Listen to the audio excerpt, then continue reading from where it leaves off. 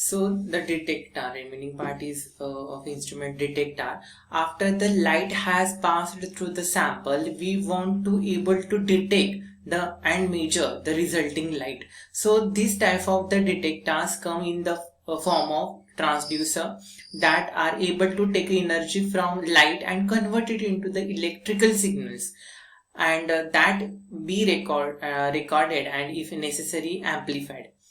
So there are the three types of detectors are used or available. That is a barrier layer cell, photoemissive cell detector, and photomultiplier. Um, in some silicon diode array is also used. So first is a photovoltaic cell, or it is also called as a barrier layer cell. So what is that? So this cell also called a barrier layer or a photonic cell, and it differing from the design and principle from the photoemissive cell.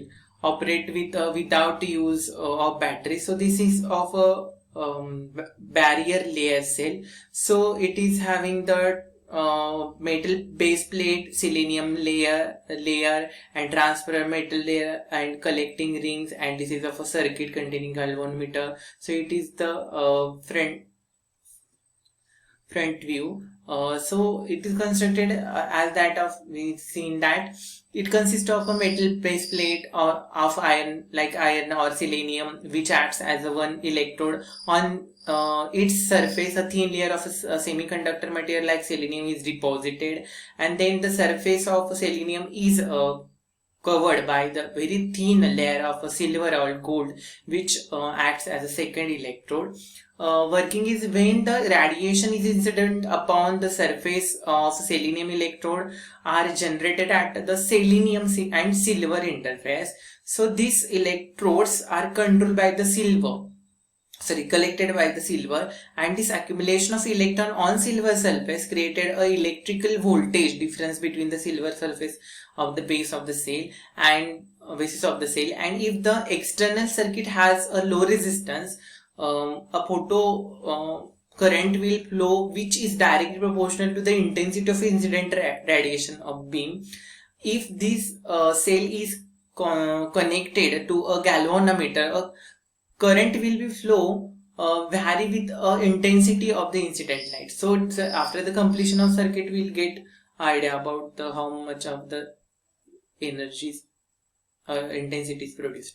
So photo tube, it is also next is the it is also called as a photoemissive tube. So the choice of sample cell is based upon the transmission characteristic at the desired wavelength and the path length of and shape and the relative expenses. So in this case, it is constructed. So this is a photoemissive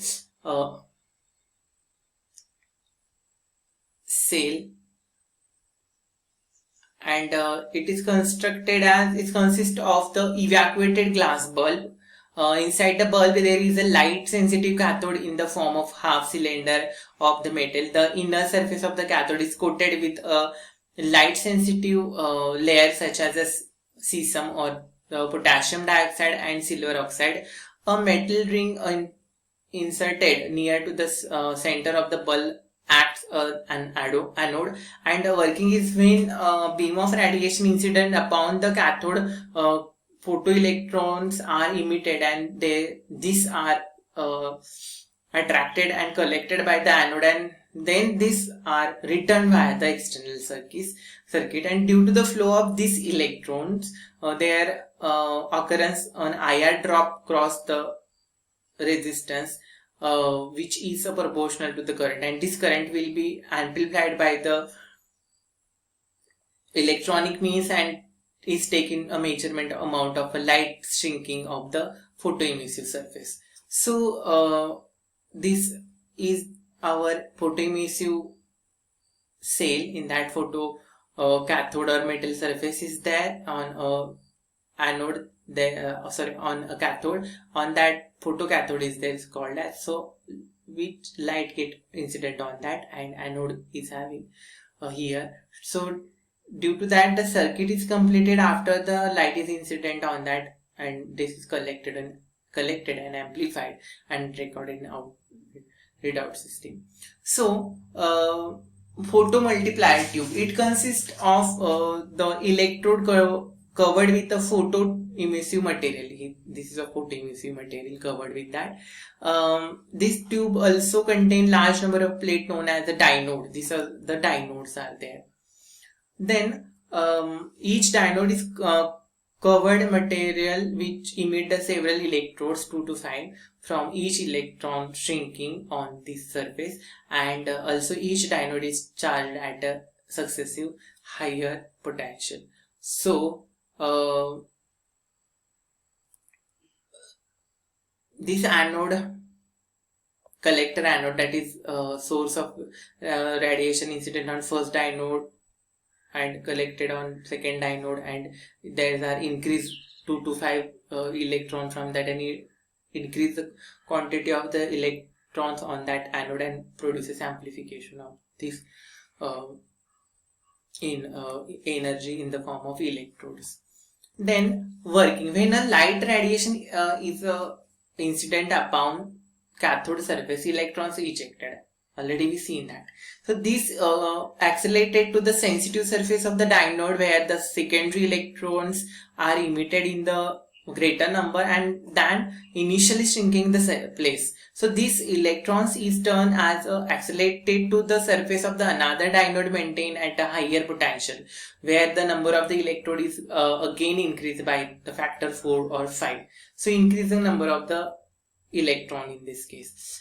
And the process is repeated several times until the large number of electrons arrived at a collector, and the number of the electrons falling on this collector measures the intensity of light incident on the cathode surface. Most of the tube have the 10 dynodes, so increase the number of the electrode in each dynode. So each dynode is maintained up to 75 to 1000 volt more positive than the producing dynode. So by this tube, overall amplification factor of about 10 raised to 6 can be achieved. Then important, so all three types of the specific detectors are also used in colorimetry as well in fluorescence. So we can also see in detail in fluorometry also. Another photodiode array or silicon diode array, it is used in a UV spectrophotometer. It is having the specific characteristics over there.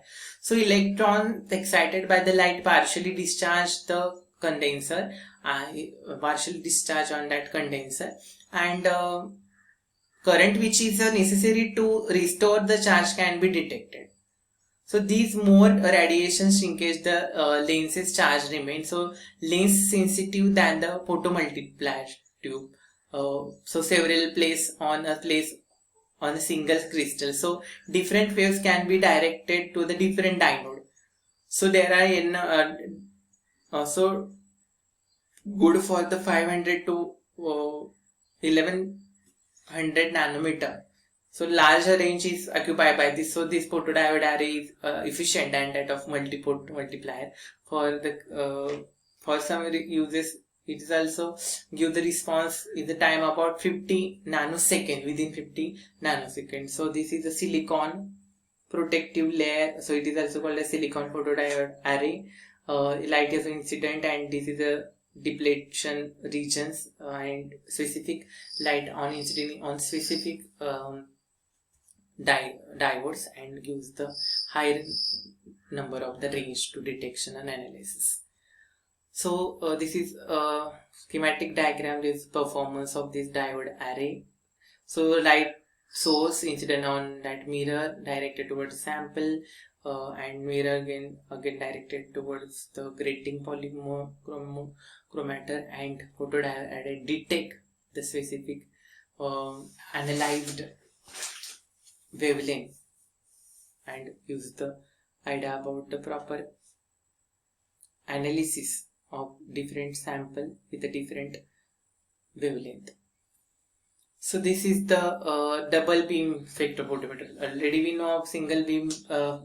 We commonly have the specific single beam which is same as that of your fluorimeter or colorimeter, but there is another double beam is used in that we use same at the same time attenuated sample and your reference sample in this case. So more in this case lamp passes from lamp, there is electron rays are processed from one prism to another prism and enter into the sample. So there is though two samples are there, one is a attenuated sample and another is reference sample. So the attenuated sample, our testing sample, and another reference sample is having standards values. So automatically one at a time it will give the detection and analysis. So this is the double beam of the UV spectrophotometer. Then important thing is related with the analysis. So all about the instrumentation. Afterward, we want to know about the Woodward-Fisher rule.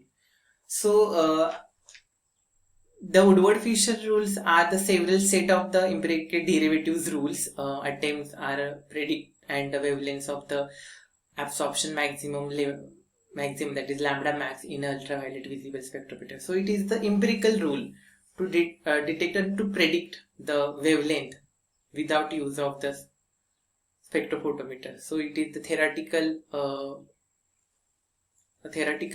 rule to know about the lambda max. So Woodward-Fisher rule for the calculating lambda max, conjugated dyne and trine system. So conjugated dyne trines, how we'll get idea about lambda max. So there is, before considering the rule of the dynes and trines, it will be used to explain the some of the terms involving in that discussing. First is what is homoannular dyne, heteroannular dyne, and in endocyclic double bond. So homoannular dyne, it is a cyclic dynes. It is a cyclic dyne, and conjugated double bonds are there in the same ring, and its example are below. Then is a heteroannular dyne. It is a cyclic dyne, a double bond in a conjugated are present in a different ring. So it is a different ring but conjugated. Double bond, single bond, double bond. Here is double bond, single bond, double bond, double bond, single bond, double bond in this example. So it is a heteroannular dyne, and it is homoannular. Then endocyclic double bond, it is a double bond present in a ring, shows in that A. So what is the A? It is endocyclic double bond. So again there is a exocyclic double bond out of that ring, and it is endocyclic as well as the exocyclic double bond is present, and the ring A and B having, it is of the one hexocyclic bond for this A, and B has A having this exocyclic double bond, and this is of your exocyclic double bond, and B is having the endocyclic double bond as like this. Then Woodward-Fisher rule for the conjugated dyne and trine specifically. So according to the rules, each types of the dynes or the trine system having the fixed value which absorption takes place, and this constitutes the basic value or parent value, and this contribution made by various substituents or the ring residue, double bond extending conjugation, and polar group such as chlorine, bromine, or and OR group, that is alkoxy group, are added to the basic value to obtain the lambda max of a particular compound. So these are the basic values, our parent values are there, and that values are fixed values for the specific type of the compound, and due to that we will come to know by the summation of all these values according to that specific structure in this case. So these are the parent value of acyclic conjugated dynes, homoannular dyne, then cyclic trine, for example 215, 253 and 245 nanometer as like this. So increments are there for each alkyl substitution, exocyclic double bond extending conjugation, then for oxomers specifically chlorine bromine containing compound as like this, and we add all those value in this compound according to that specific type of structural features as above is present in this table, and we will solve this